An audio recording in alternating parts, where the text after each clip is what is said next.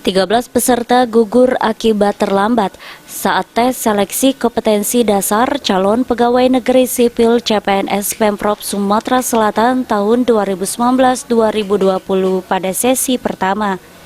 Dari pantauan Timpal TV, peserta yang datang langsung diarahkan ke bagian penitipan barang dan hanya membawa KTP serta nomor ujian. Setelah itu dilakukan pendaftaran, pemberian cap, serta pemeriksaan yang dilakukan oleh Satpol PP.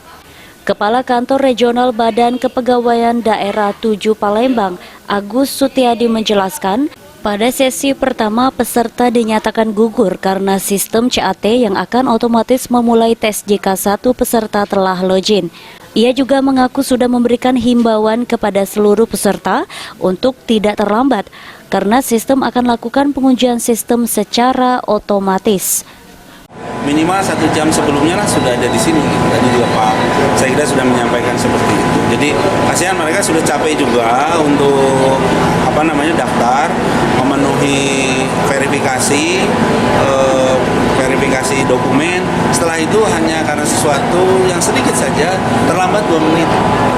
Tapi sekarang sudah tidak bisa lagi karena tadi sudah ada yang login. Agus mengatakan tes ini terbagi menjadi 5 sesi dalam 1 hari dengan jumlah peserta di SMK 2 Palembang sebanyak 5.401. Tes SKD ini sendiri akan berlangsung sampai 10 Februari mendatang. Amanda Lydia, PAL TV.